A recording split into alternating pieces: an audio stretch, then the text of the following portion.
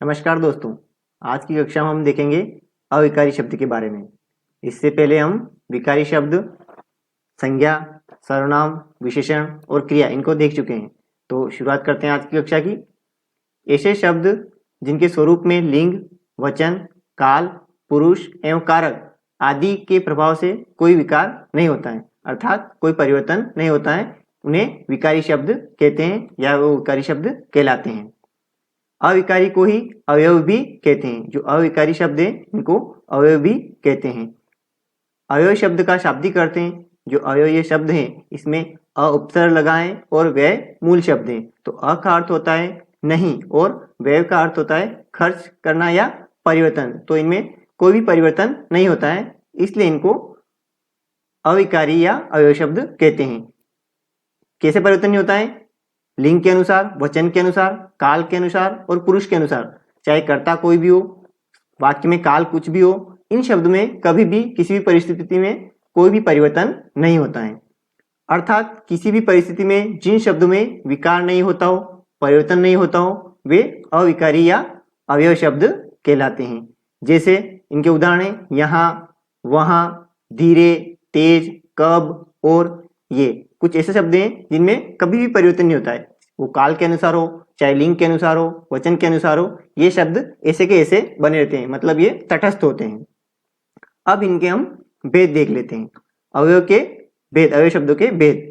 इनको मुख्य रूप से 4 भेद किए गए हैं। पहला है क्रिया विशेषण, दूसरा है समुच्चय बोधक, तीसरा है संबंध बोधक और चौथा है विस्मयादि बोधक। क्रिया विशेषण के भी 4 भेद किए गए हैं। पहला है कालवाचक, दूसरा स्थानवाचक, तीसरा रीतिवाचक और चौथा है परिमाणवाचक। फिर अवयव शब्द का दूसरा भेद है समुच्चय बोधक। इसके भी 2 भेद हैं, समानाधिकरण समुच्चय बोधक और व्याधिकरण समुच्चय बोधक। तीसरा है संबंध बोधक और चौथा है विस्मयादि बोधक। इनके कोई भी उपभेद नहीं है। तो अब इनको हम थोड़ा विस्तार से देख लेते हैं। क्रिया विशेषण, ऐसे अवयव शब्द जो क्रिया की विशेषता बताते हैं। ये जो शब्द है क्रिया विशेषण, इससे हमको पता ही चल रहा है कि क्रिया की विशेषता बताता है, उन्हें क्रिया विशेषण कहते हैं। यहाँ, वहां, जल्दी, बहुत, ये कुछ ऐसे शब्द हैं जो हम क्रिया की विशेषता बताने के लिए प्रयोग करते हैं, इसलिए इनको क्रिया विशेषण कहते हैं। क्रिया विशेषण मुख्यतः 4 भेद हैं। क्रिया विशेषण के भी 4 भेद किए गए हैं। वो किस हिसाब से हैं वो देख लेते हैं।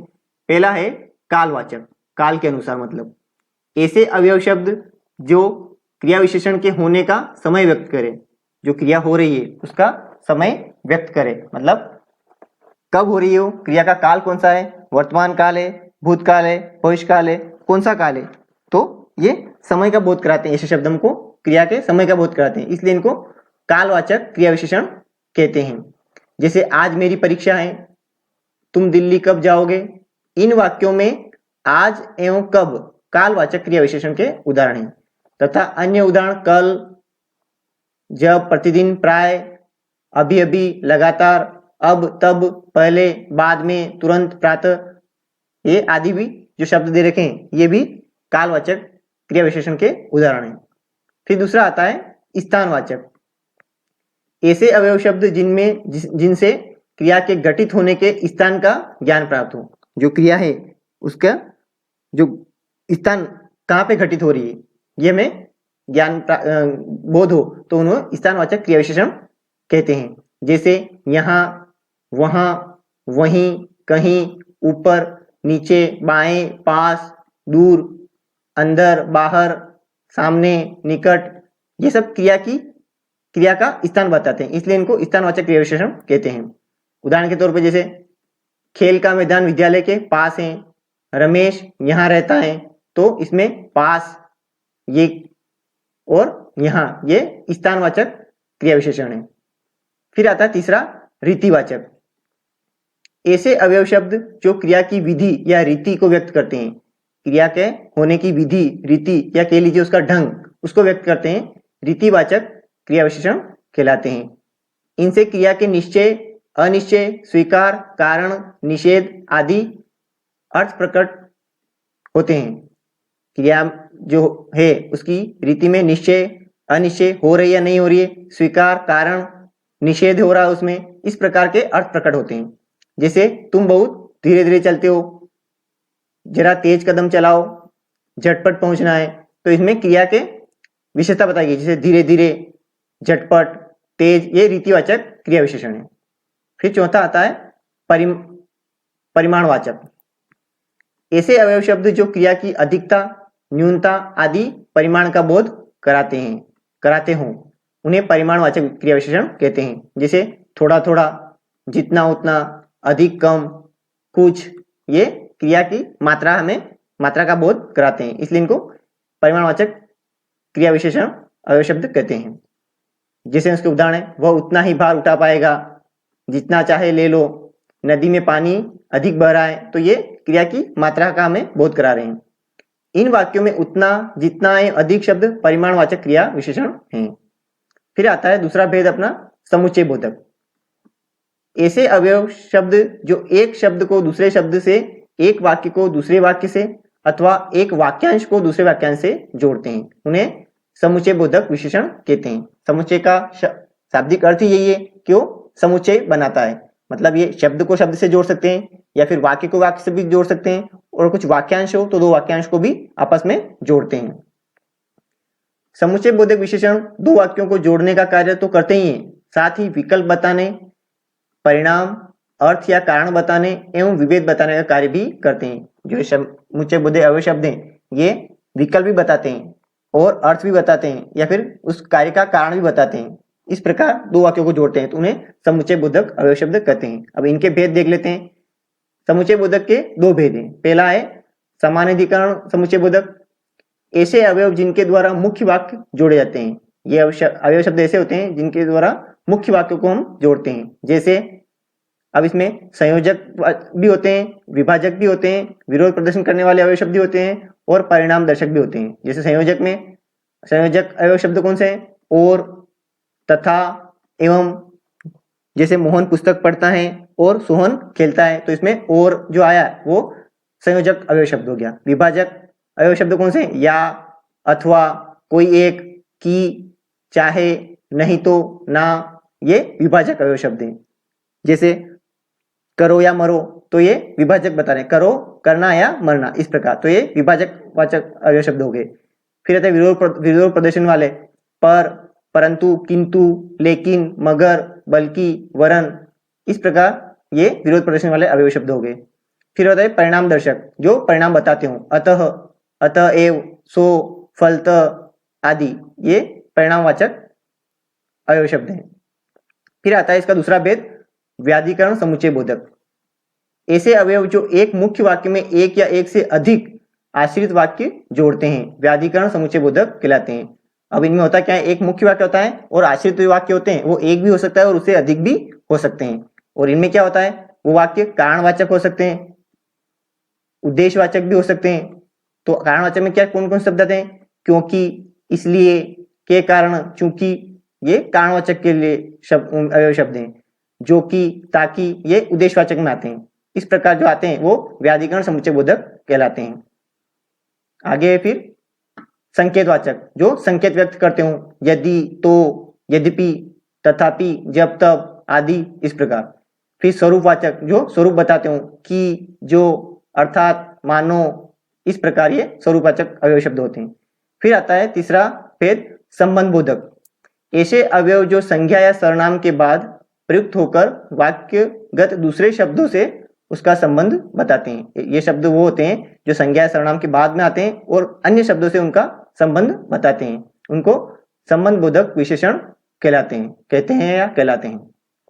जैसे सीता की बहन गीता है, इसमें की संबंध सूचक अवयव है। ये जो की है ये संबंध सूचक है, ये की या से, इस प्रकार के संबंध सूचक अवयव आते हैं इसमें। इन्हें परसर्गी भी कहते हैं। जो ये शब्द हैं संबंध सूचक अवयव शब्द, इनको परसर्गी शब्द भी कहते हैं। अब इनको भी कुछ भागों में बांटा गया है। जैसे कालवाचक, तो काल के अनुसार किन किन शब्दों का प्रयोग होता है? जैसे आगे, पीछे, पूर्व, पश्चात, उपरांत, ये कालवाचक संबंध बोधक अवयव शब्द हैं। फिर स्थानवाचक, तो पास, पीछे, ऊपर, आगे, बाहर, भीतर, समीप, ये स्थान वाचक अवयव शब्द हैं और संबंध का बोध कराते हैं। इस प्रकार जैसे मोहन कमरे से बाहर निकला, तो उसमें स्थानवाचक बता रहे हैं, कमरे से बाहर निकला, तो ये संबंध बोधक अवयव शब्द हो गया। फिर आता है दिशावाचक, तरफ, और, पार, आसपास, मतलब उसकी दिशा की बोध कराता है। फिर आता है साधनवाचक, द्वारा, जरिए, मार्फत, हाथ या जबानी, कोई कार्य किस प्रकार हो रहा है, किस साधन से हो रहा है, उस प्रकार ये साधनवाचक अवयव शब्द कहलाते हैं। फिर आता है निमित्तवाचक, हेतु, हित, वास्ते, खातिर, फलस्वरूप, बदौलत, ये निमित्तवाचक अवयव शब्द हो गए। फिर आता है विरोधवाचक, उल्टे, विपरीत, खिलाफ और विरुद्ध। सादृश्यवाचक, समान, तुल्य, सम, भांति, जैसा, तरह, मतलब समानता बतानी हो वहां पे इन शब्दों का प्रयोग किया जाता है। तुलनात्मक, अपेक्षा, सामने और बल्कि, तो ये तुलनात्मक संबंधबोधक अवयव शब्द हैं। विनिमय, विनिमयवाचक, बदले, सिवा, अलावा और अतिरिक्त। फिर है संग्रहवाचक में आते हैं तक, मात्र, पर्यंत और भर। हेतुवाचक में आते हैं हेतु मतलब कारणवाचक में सिवा, के लिए, सिवा या फिर लिए, कारण और वास्ते, तो ये हेतुवाचक संबंधबोधक अवयव शब्द हो गए। फिर आते हैं अंतिम प्रकार इसका विस्मयादिबोधक अवयव शब्द।